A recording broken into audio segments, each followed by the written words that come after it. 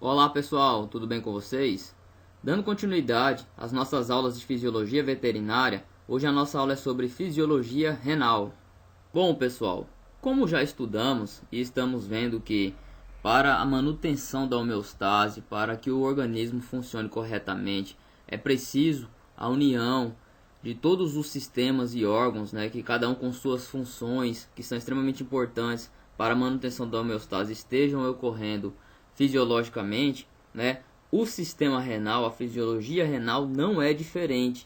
Então é de extrema importância para a manutenção da homeostase e fisiologia renal. Isso porque, dentre as suas funções estão a excreção de metabólitos, juntamente com a formação da urina, que é responsável por essa excreção, a excreção desses metabólitos, bem como também a regulação da quantidade de fluidos e eletrólitos no corpo, mantendo esse equilíbrio hemodinâmico e homeostático, bem como também o equilíbrio ácido básico, ajudando na regulação da pressão arterial, isso tanto pela essa questão de volemia, essa questão de equilíbrio de líquidos, mas também na regulação da pressão arterial, pessoal. Isso aqui é muito importante por meio da produção de hormônios como a renina, tá certo? Que é um hormônio que basicamente ele vai regular a entrada e a saída de sangue no glomérulo renal, e com isso vai ter o aumento ou a diminuição da pressão arterial, e juntamente também a produção da eritropoetina, que é aquele hormônio que a gente já viu lá na aula de hematopoiese, que está envolvido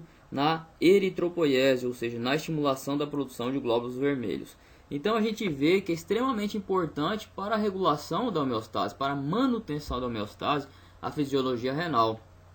É um sistema vital e é muito importante que saibamos como ele ocorre nos animais, tá certo? O sistema renal, bem como o sistema excretor, sistema urinário, tem como os componentes um par de rins, que vão formar a urina a partir do sangue, dois ureteres que vão transportar a urina dos rins até a bexiga, onde ela vai ficar estocada até que possa ser convenientemente liberada, e a uretra, que é por onde finalmente a urina será excretada para o meio externo. E agora, pessoal, vamos falar do néfron, que é a unidade funcional do rim, tá certo? Ele é tão importante, pessoal, que a especialidade médica que cuida da função renal é a nefrologia, tá certo? Por causa do néfron. Então, a funcionalidade do rim está aqui no néfron, tá certo? Então, a gente entende que basicamente toda a função renal, função do rim, do sistema renal, é por meio do néfron, Filtração do sangue, reabsorção e concentração dos diversos compostos que por ele passam, para a excreção quando da formação da urina, e a manutenção da homeostase orgânica por meio da regulação dos componentes necessários que ficam, através da absorção e da concentração desses componentes, e também dos componentes que vão sair do organismo por meio da excreção, por meio da urina, Então o néfron e os ductos coletores, eles servem respectivamente para a formação e a eliminação da urina, sendo sustentados por tecido conjuntivo, vasos e nervos intersticiais. E cada néfron ele vai alargar-se nos seus segmentos proximal e distal, que se situam junto ao glomérulo, O glomérulo, pessoal, essa estrutura aqui que a gente está vendo aqui, ele forma, juntamente com a sua cápsula, que é também chamada de cápsula renal ou cápsula de Bowman, um corpúsculo renal, tá certo? Então os corpúsculos renais, eles são do mesmo tamanho e apresentam a mesma distribuição em todo o córtex renal. Os néfrons, eles apresentam nos diferentes animais, além dos glomérulos, 4 segmentos, que a gente vê nessa imagem aqui, O túbulo contorcido proximal, que é o que está mais próximo do corpúsculo renal, ali da região glomerular, tá certo? Além disso, depois a alça de Ehlen, que é essa alça que tem em formato de U, tá certo? O túbulo contorcido distal, porque ele está mais distante, e o tubo ou ducto coletor, que é por onde vai ser eliminada a urina, vai ser depois excretada para os ureteres e uretra, entendeu? Então, quando sai ali do tubo coletor, ele vai abrir na papila renal, vai drenar a urina nos cálices menores, maiores, da união desse vai para a pelve renal, o ureter, por onde vai sair a urina para a bexiga e posteriormente pela uretra para o meio externo, tá certo? Então, uma curiosidade interessante do néfron, pessoal, é que os animais eles têm quantidades variáveis de néfrons em relação às espécies. tá? Quantidade não é o tamanho do néfron, é basicamente mesmo tamanho nos rins, tá? Mas o que vai diferenciar é o número de néfrons, né? E essa quantidade, esse número de néfrons, isso é devido à necessidade, ao processo evolutivo, adaptativo de cada espécie para que tenham mais ou menos néfrons, né? Então a gente vai observar, por exemplo, nos bovinos, em média 4 milhões de néfrons em cada rim, nos suínos 1.250.000 néfrons, nos cães 415.000 néfrons, tá? E nos felinos 190.000 néfrons. Então a gente vê isso aqui não está relacionado ao tamanho, o porte do animal, mas à necessidade que essa espécie animal precisa, tá bom? Então é muito importante, porque isso aqui foi devido a processos evolutivos, devido à adaptação, né? Onde os animais foram vivendo e foram se evoluindo para ter essa necessidade de ter essa quantidade maior ou menor de néfrons. Então, pessoal, falando um pouco mais sobre cada região do néfron e sua função, temos aqui primeiramente o corpúsculo renal, que é formado por duas partes, o glomérulo e a cápsula renal ou cápsula de Bowman, como a gente já falou, né? A qual possui um formato de uma taça, tá certo, pessoal? Que vai envolver o glomérulo. Então, os glomérulos, eles são uma série de capilares arteriais com pressão hidrostática elevada quando comparado a outros capilares. Isso, né, vai fazer com essa pressão, faz com que seja forçada a saída do líquido do sangue do glomérulo para o interior da cápsula, o que vai formar o filtrado glomerular, tá certo? Então os néfrons vão receber primeiramente sangue de uma arteríola aferente, né, uma arteríola que vai conduzir o sangue para o glomérulo, um desdobramento da artéria renal que se ramifica e forma os glomérulos, tá? E esses capilares vão deixar o glomérulo e convergir para a formação de uma arteríola eferente, que vai levar o sangue para fora do glomérulo. Então quem chega, né, a arteríola aferente, trazendo sangue para o glomérulo, e uma arteríola eferente vai estar saindo, levando sangue do glomérulo. O túbulo proximal ou túbulo contorcido proximal, você pode ver nas literaturas aí das duas formas, né? Mas é mais contorcido mesmo assim, porque ele não é totalmente reto, né? Então a gente considera, mas também existe literatura que só diz túbulo proximal. Enfim, esta é a parte do néfron que vai receber o filtrado glomerular e que sofrerá o processo de absorção e excreção de substâncias, tá certo? E aí, como já falei anteriormente também, é chamado de proximal porque ele está mais próximo do glomérulo. A alça de Henle, tá certo? É essa alça que possui um formato em U. Ela é constituída por um ramo descendente e um ramo ascendente. E é aqui na alça de Henle que acontece a retenção de parte da água. O túbulo distal ou túbulo contorcido distal é a região do néfron onde vai ser feitas as trocas iônicas, tá certo, pessoal? E vai ocorrer a absorção de sódio e secreção de potássio. Então, este tubo, né, o tubo ou ducto, ele vai desembocar no tubo ducto coletor, que será responsável por receber esse material produzido no néfron, ou seja, a urina, e vai transportar para a pelve renal e aí por diante até ser eliminado via ureter e uretra, depois de passar para a bexiga, para o meio externo. E agora vamos falar um pouco sobre a formação da urina, que consiste basicamente em 3 etapas: filtração glomerular, reabsorção tubular e secreção tubular. Então, pessoal, nesse esquema a gente vai observar aqui todo o trajeto que esse filtrado ele vai percorrer no néfron, né, todo o seu caminho e a sua formação, a formação mesmo da urina, tá certo? Então vai começar aqui primeiramente na região do corpúsculo renal, né?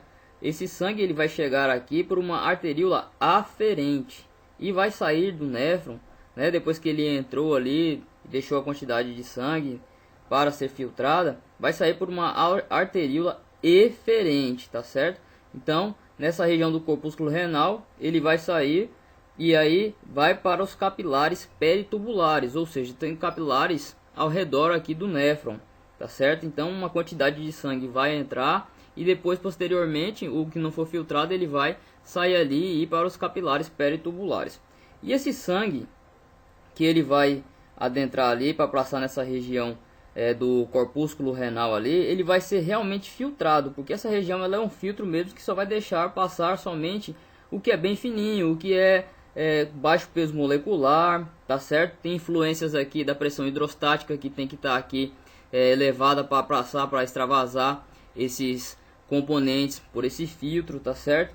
E aí também a questão das cargas positivas, quanto mais cargas positivas vai ser mais fácil a passagem também, porque essa é uma região de cargas negativas, então estruturas, substâncias de pesos moleculares maiores, né, substâncias de cargas negativas não vão passar, porque vai ser ali a região de carga negativa com negativa vai acabar repelindo, então não vai ter passagem. Então vão passar pequenas moléculas de proteínas de baixo peso molecular, tá certo? Vai passar a água, alguns minerais, tá certo? Mas os elementos maiores não vão passar, como as hemácias, plaquetas, proteínas maiores, tá bom? Então é muito importante a gente já saber que o que vai passar aqui, ele é um filtrado, né? Ele é chamado de filtrado, na verdade é um ultrafiltrado, tá? E aí passou esse ultrafiltrado, vai continuar o caminho, como a gente vê, para o túbulo contorcido proximal, que aí é onde vai começar já a segunda etapa, que é a reabsorção tubular. Então a reabsorção tubular vai estar ocorrendo aqui nesses túbulos, tá? Que a gente vai ver aqui ao decorrer do caminho. E vão ser reabsorvidas várias substâncias que o organismo ainda precisa que ele reabsorva para aproveitar, como glicose, aminoácidos, proteínas, né? Essas proteínas que passaram mais de baixo peso molecular, como a gente já falou, tá? Mas principalmente vai ter uma reabsorção aqui de sódio, tá certo, pessoal? Principalmente a reabsorção de sódio, tá? Então, vai ter uma reabsorção de água nessa região do túbulo contorcido proximal, mas ela é menor, tá? E depois, já continuando o caminho, vai para a alça de Henle, tá? A alça de Henle no seu ramo descendente. E aí na alça de Henle no seu ramo descendente é onde vai ter a maior absorção de água, é uma região mais permeável, tá? E vai ter uma maior absorção de água. E o filtrado vai continuar e vai para a parte ascendente, e aí tem uma menor absorção de água nessa parte ascendente, mas ela vai ter também uma reabsorção de outras substâncias e novamente, principalmente o sódio, tá bom? Então sempre nesses locais que vão estar ocorrendo as reabsorções, essa reabsorção tubular, são várias substâncias reabsorvidas, mas principalmente o sódio, tá certo, pessoal? Então essa etapa ela é muito importante para a manutenção da volemia, porque nessa alça de Henle, aqui nesse local da alça de Henle, o trajeto que está fazendo, né, o que a gente está vendo aqui de corpúsculo renal, túbulo contorcido proximal, alça de Henle para ir para túbulo contorcido distal, por fora aqui tem pericapilares, né, sanguíneos que estão passando, e eles, o sentido do sangue é o contrário. E é muito importante que se tenha essa contracorrente aqui para a manutenção da volemia, tá certo? Da volemia sanguínea, do plasma sanguíneo, porque está passando esse ultrafiltrado aqui e está reabsorvendo o sódio, reabsorvendo substâncias, tá? E aí já está indo para esses capilares aqui para a manutenção do plasma sanguíneo, tá certo? Então isso é muito importante, tá? E aí a gente vai vendo que depois dessa parte aí já vai para o túbulo contorcido distal, tá? Que é onde ocorrer a terceira parte da formação da urina, que é a secreção tubular. Nada mais é do que novamente absorver água, mas vai ter também a eliminação ativa das excretas. Ainda continua tendo uma reabsorção de água, tá certo? Mas aí tem aqui essa parte da eliminação ativa das excretas, já preparando para a excreção. Então tudo que não foi filtrado, não foi reabsorvido, é lixo, é coisa que não vai ter sentido para o organismo, então ele vai ser excretado. Então vai estar aqui nessa parte sendo excretado, e do túbulo contorcido distal ele vai para o ducto coletor, que também ainda irá ter mais reabsorção de água, mas depois dessa reabsorção de água vai ter a continuação da liberação dessa excreta. Então, aqui hipoteticamente, se entrou 100 ml de sangue ali, esse ultrafiltrado vai ser absorvido praticamente 98, 99 ml, e 1 ml vai sair ali de urina, tá? Para vocês verem o quanto que é ultrafiltrado, o quanto é reabsorvida a água e os componentes que tem aqui, tá certo? Para o organismo aproveitar mesmo, tá certo? Isso é muito eficiente. E aí a gente observa que nessa região dos ductos coletores aqui, principalmente, vão ter a ação tanto dos túbulos quanto também dos ductos, né? Mas vão ter a ação de dois hormônios, tá bom? Então aqui a gente vai ter a ação da aldosterona, tá certo? Que ela também vai aumentar essa reabsorção de sódio, tá? E aumentar a excreção de potássio para manter a regulação aqui de sódio e potássio, tá? E também vai ter o hormônio ADH, hormônio antidiurético, que ele vai ajudar abrindo os canais de água, que são as aquaporinas, para aumentar a permeabilidade de água e com isso ter uma maior reabsorção de água.